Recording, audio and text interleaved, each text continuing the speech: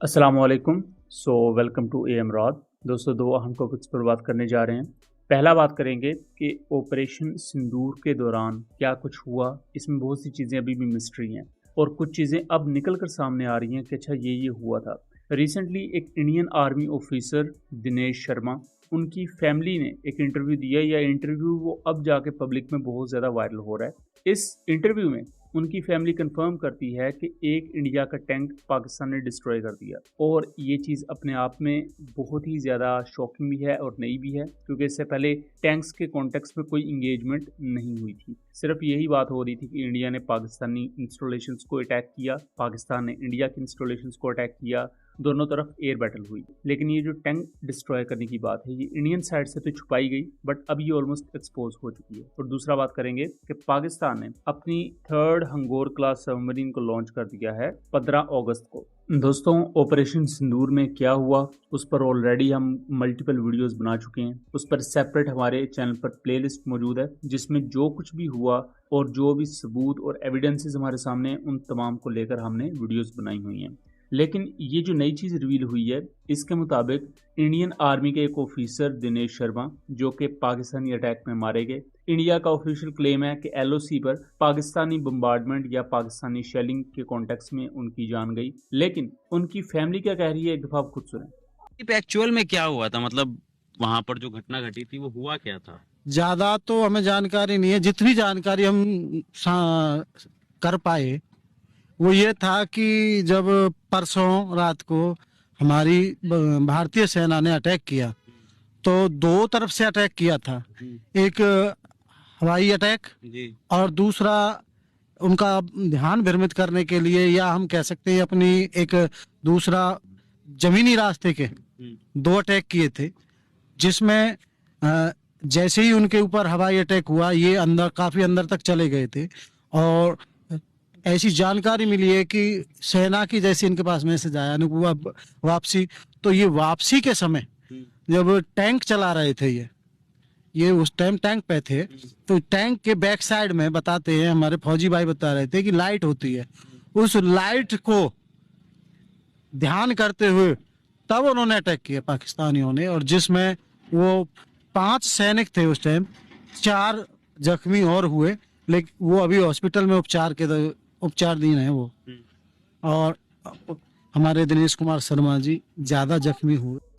अब यहाँ उनके फैमिली मेंबर ये खुद कह रहे हैं कि 2 टैंक्स बेसिकली गए पाकिस्तानी बॉर्डर के नज़दीक। यहाँ जाहिर बात है वो थोड़ा सा एग्जैजरेट करेंगे कि वो पाकिस्तान के अंदर गए उस तरह, लेकिन जहाँ तक न्यूट्रल सोर्सेज हैं तो 2 टैंक्स पाकिस्तानी बॉर्डर के नज़दीक गए और उसके बाद वो दोबारा से पलटे। जब वो पलटे हैं तो पाकिस्तान ने उनमें से एक टैंक को डिस्ट्रॉय किया। यहाँ ये T90M टैंक हो सकता है, जो कि इंडिया का top notch main battle tank है। T90 बेसिकली रशियन टैंक है, जिसे इंडिया में ट्रांसफर ऑफ टेक्नोलॉजी के कॉन्टेक्स्ट में प्रोड्यूस किया जाता है। 4.5 मिलियन के अराउंड इसका प्राइस टैग है। अभी तक इंडिया के पास 1200 से ज्यादा T90 टैंक्स मौजूद हैं। इसके साथ साथ 2000 से ज्यादा T72 टैंक्स भी मौजूद हैं, और जिनमें कुछ अर्जुन MK1 भी हैं। इंडिया ज्यादातर पाकिस्तानी बॉर्डर्स के नजदीक अपने T90 और T72 टैंक्स को यूज करता है, जबकि अर्जुन जैसे टैंक्स भी लिमिटेड हद तक यूज किए जाते हैं, क्योंकि वो कोई बैटल वर्दी टैंक नहीं है। सिर्फ उस पर एक टैग है कि वो मेक इन इंडिया है। अदरवाइज वो इतना ज्यादा भारी टैंक है कि दुश्मन पर अटैक करना दूर की बात, वो उल्टा बोझ बन जाता है अपने ही क्रू के लिए।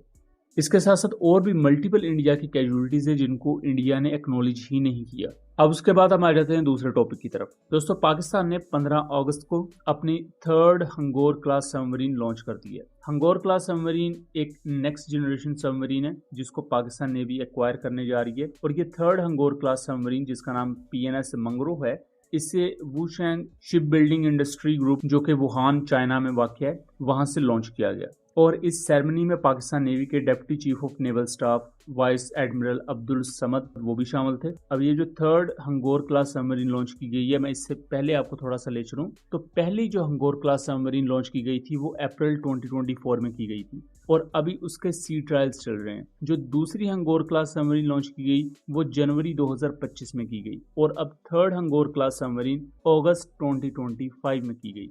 अब लॉन्च करने का सादा सा मतलब ये होता है कि सबमरीन आपकी तैयार हो चुकी है, इसे सी में लॉन्च किया जाता है, फिर इस पर प्रॉपर सी ट्रायल्स कंडक्ट किए जाते हैं। जब ये अपने सी ट्रायल्स कामयाबी के साथ कंप्लीट करती है फिर इसे इंडक्ट किया जाता है। तो ये एक प्रॉपर प्रोसेस होता है।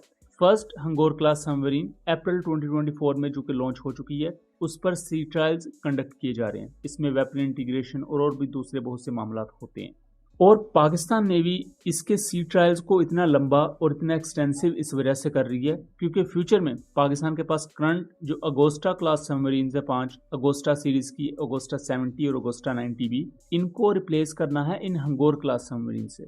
तो पाकिस्तान का पूरा रिलायंस फिर हंगोर क्लास सबमरीन पर होगा। सो इस वजह से पाकिस्तान इसे बहुत ही ज़्यादा एक्सटेंसिवली ट्रायल्स में यूज़ कर रहा है ताकि हर किस्म के कॉम्बैट एनवायरनमेंट में इन्हें यूज़ किया जा सके। पाकिस्तान नेवी इंडिया के मुकाबले में बहुत छोटी है, क्वांटिटी वाइज बिल्कुल आउटनंबर्ड है। तो इस कॉन्टेक्स्ट में ज़्यादा इन्हसार आप अपनी सरफेस शिप्स पर या वॉरशिप्स पर नहीं कर सकते। वो एक हद तक वल्नरेबल होती हैं ऑलरेडी। वो दुश्मन की तरफ एंटी शिप मिसाइल्स फायर करेंगी और एनिमी के एंटी शिप मिसाइल्स उनकी तरफ आएंगे। तो इस वक्त जो सबसे ज़्यादा अहम डेटरेंस पॉइंट है पाकिस्तान नेवी का, जिससे इंडिया भी डरता है, वो पाकिस्तानी सबमरीन्स हैं। इससे पहले PNS गाजी माजी की जंगों में किस तरह परफॉर्म कर चुकी है ये सब जानते हैं।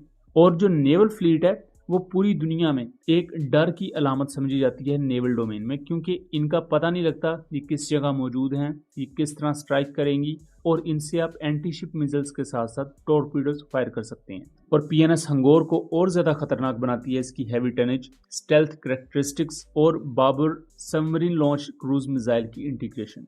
इन फ्यूचर अगर पॉसिबल हुआ तो हमें इस पर सुपरसोनिक मिसाइल्स भी देखने को मिल सकते हैं। एंड अभी तक की कुछ अनकन्फर्म्ड रिपोर्ट्स के मुताबिक इसके जो लास्ट 2 यूनिट्स होंगे उनमें लिमिटेड वर्टिकल लॉन्च सिस्टम्स भी होंगे जिन पर क्रूज मिसाइल्स या हो सकता है कोई ballistic missile type supersonic missile भी इंटीग्रेट किया जाए।